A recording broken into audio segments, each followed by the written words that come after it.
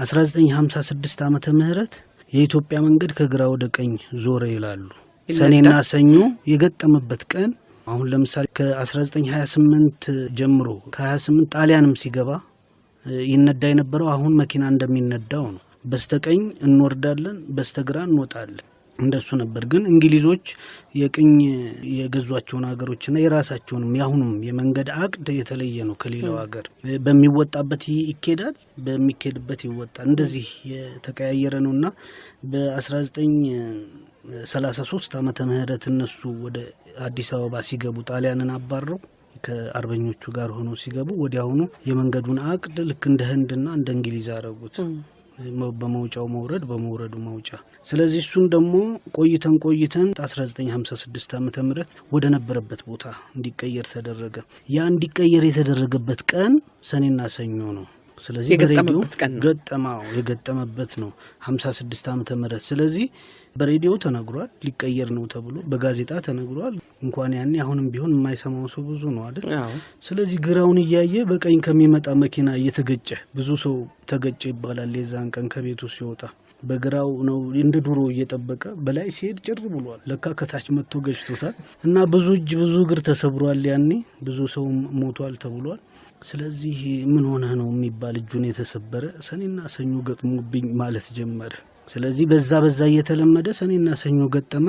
ስለዚህ የማአት ጊዜ ነው። ወደ ላይ ስናየው በታችን በማናየው መኪና የምንገጭበት ቀን እንዲመስል ሆነ።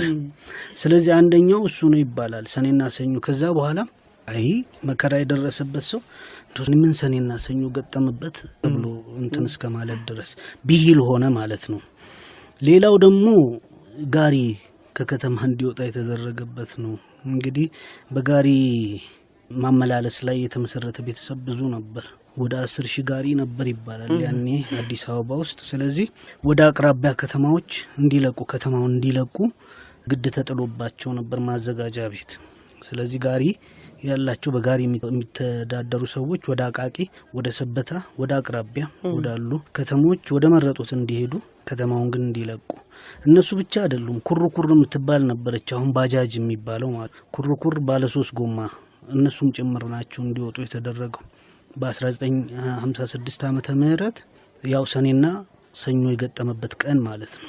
ስለዚህ እነሱም እንደ መከራ ያው ተፈናቅለዋል አይደለም? ከኑሯቸው ነው የሚፈናቀሉት። ጋሪያቸውን ይዘው ሰበታ ሲሄዱ ወይ አቃቂ ሲሄዱ መፈናቀል ነው እና እነሱም ምሬት አደረባቸው በቀኑ ላይ እና እነሱም ሲጠየቁ ያው ሰኔና ሰኞ ገጥሞብኝ ማለት ጀመሩ። ከዛ በኋላ ግን ሰኔና ሰኞ እየተፈራ ሄደ።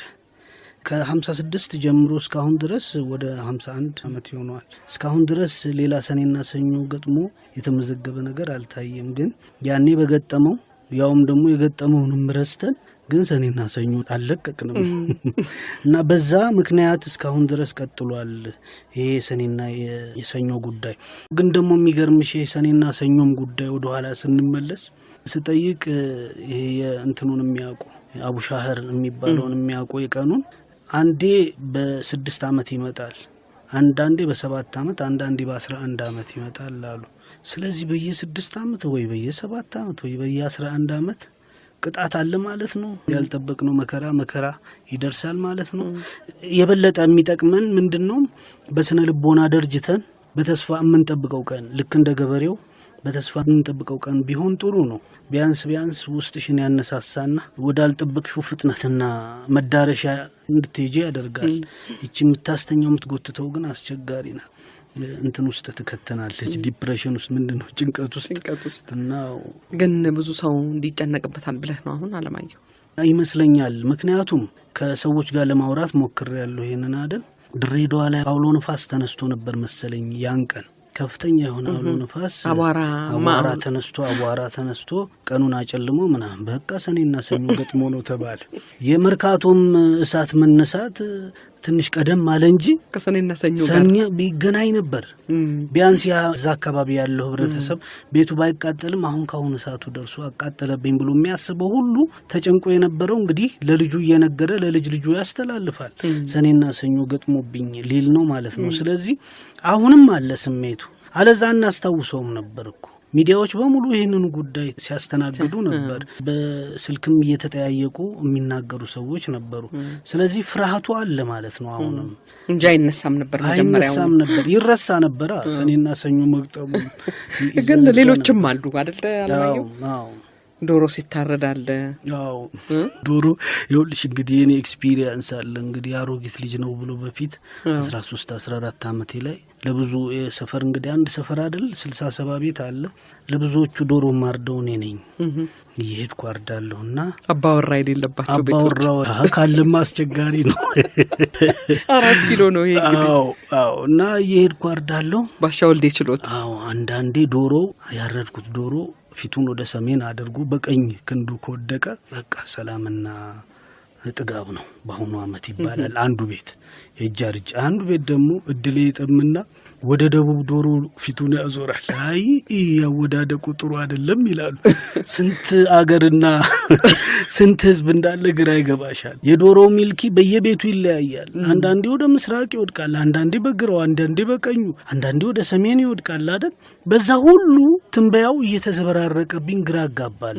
እሱ ብቻ አይደለም እኮ ዶሮ በደንብ አንገቱን ከበጠስኩት ሳይንደፋደፍ ይሞታል። አይ ይሄ ልጅ እድሜው ረጅም አይደለም እባላለሁ። አራጁ ነዋ። አንዳንዴ ደግሞ ፈርቼም ይሁን ምናምን በደንብ ሳልቆርጠው ስቀር ብዙ ይንደፋደፋል። ይሄ ልጅ እድሜው ረጅም ነው ጎሽ ጎሽ ጎሽ ይላሉ። አጭር ነው ረጅም ነው ግራ ይገባሻል። በየቤቱ 14 ቤት 15 ቤት አርደሽ የተለያየ ትንበያ ካለ እንዴት ነው የሚሳከርና ምናልባት ከዛ በኋላም ይሆናል እየተዳፈርኩት የመጣሁት እቺ ነገር እንደው ዝም ብላ እውነት ቢሆን ኖሮ ዝም ብሎ ዶሮ መንደፋደፍ ነበረበት። በደንብ ቆረጥኩትም አልቆረጥኩትም አይደል እድሜ የሚጠቁም ከሆነ